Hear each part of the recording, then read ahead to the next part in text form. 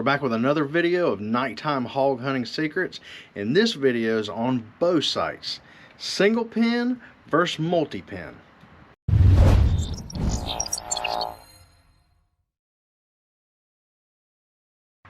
Now, regardless of what your preference is, your sight must have an illuminator of some sort. And now on this one is there's a light that lights up the rings, that in turn the fiber optics light up the single pin itself, as you can see right there. Now on a multi-pin, it has a light right here that lights up the tube of fiber optics, as you can see right there, and it lights up the multi-pins.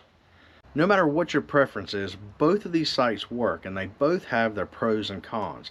Now, I typically use the HHA Tetra a lot more on my Hoyt Venom Pro, and it does great in bait sights that doesn't have big variations of distance, right? So let's say 17 to 22, or 22 to 26 yards, or even 26 to 31, 32 yards. Within that 5-6 yards, you can set it and leave it and not have to worry about it. The only problem is if you have an area where the hogs can go even more, 10 15 yard difference, you are going to have a hard time seeing your distance tape. The sight tape right here, you're going to sit there, and at night, when I light this up, it only lights up the pin in this optic. I have no light here unless I turn on a headlight and try to look at the numbers to tell the distance on my sight tape. That is the con of the single pin. Set it and leave it. If you have a bait sight that's pretty tight, they're not going to move outside of that 5, 6, maybe even 8 yards or so, where you can kind of, just judge how high or low you set your pin. Where the multi-pin actually shines a little better with that. So if I've got a bait sight that the bait, let's say there's a waller hole and the bait is at 30 yards. Right now I've got a bait sight that is 30 yards. However, there's a waller that's 20 yards, and then there's a little little area that they're rooting a little bit off to the left. It's 25 yards. So that's where this sight will shine. This sight will do well because I can sit there, and no matter what distance those hogs are, obviously I've got my multi-pins and I don't have to do any guesswork. I know where to put the pin, which pin to use, based on where they're at in the bait sight. So that is where the multi-pin will do better in that situation. Now, why do I prefer the single pin over the multi-pin?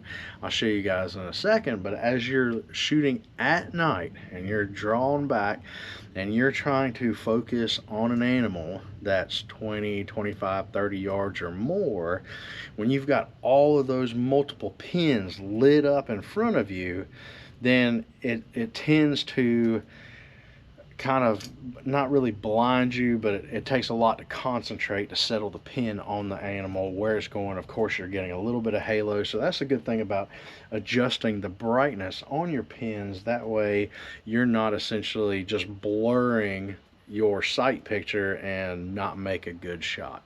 So you can see my deer target out there, and as you can see the pins on the deer, and that's at 20 yards. There's a hog out there at 25 yards, and then I've also got a bear out there at 30 yards.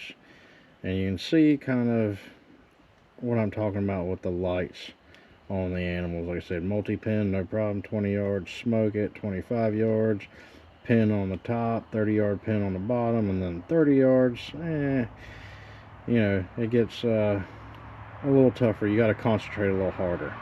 So now here is the HHA single pin. Now there's my deer at 20 yards. There's my hog at 25. And then we've got the bear out there at 30. So you can see you've got just one pin. Sight picture's a little cleaner, and you can really focus on your target. So no matter what's already on your bow setup, whether you're already a whitetail hunter or you are gathering the gear for nighttime hunting, I hope this gave you guys a little bit of an insight on what to expect on your sight picture when you're using a multi-pin or a single pin. Now, again, they both have their pros and cons, and the biggest thing is practice, practice, practice. Practicing at night is completely different than daytime. So you need to get out there and sling some arrows, get you a sniper hog lights, bow mounted light, get out there and sling a bunch of arrows and just get used to it, because it's a different world. You can shoot all day long, but when it comes to shooting in the dark, it's a different world. And so I hope that helped show you guys what a multi-pin and a single pin looks at night. Comment below, what are you a fan of? Do you guys like shooting single pins, or do you guys shoot multi-pins? And have you shot at night? What does better for you? Do you like multi-pins or single pins? I'm telling you, a set bait sight at a set distance, honestly, either of them will work. When you start hunting in different areas that hogs could be multiple distances, I think that's where you're going to see which one you might prefer. You might prefer the multi-pin, or you might get a secondary headlight or something so you can work your sight tape.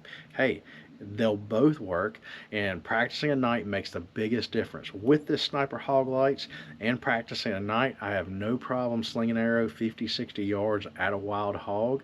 And so you just have to find out what you're capable of and what you're comfortable with. Again, it's all about practicing at night, and that way when the time comes at night and those wild hogs show up, you can make a great shot and pile the pork. So I hope this helped you guys get a little bit of insight on what these different sights look like at night. And be sure to subscribe and like this video. And if there's anything you guys are interested in and you want some future videos on, be sure to comment below what you would like to know a little bit more about, and we'll keep the videos coming on nighttime hog hunting secrets.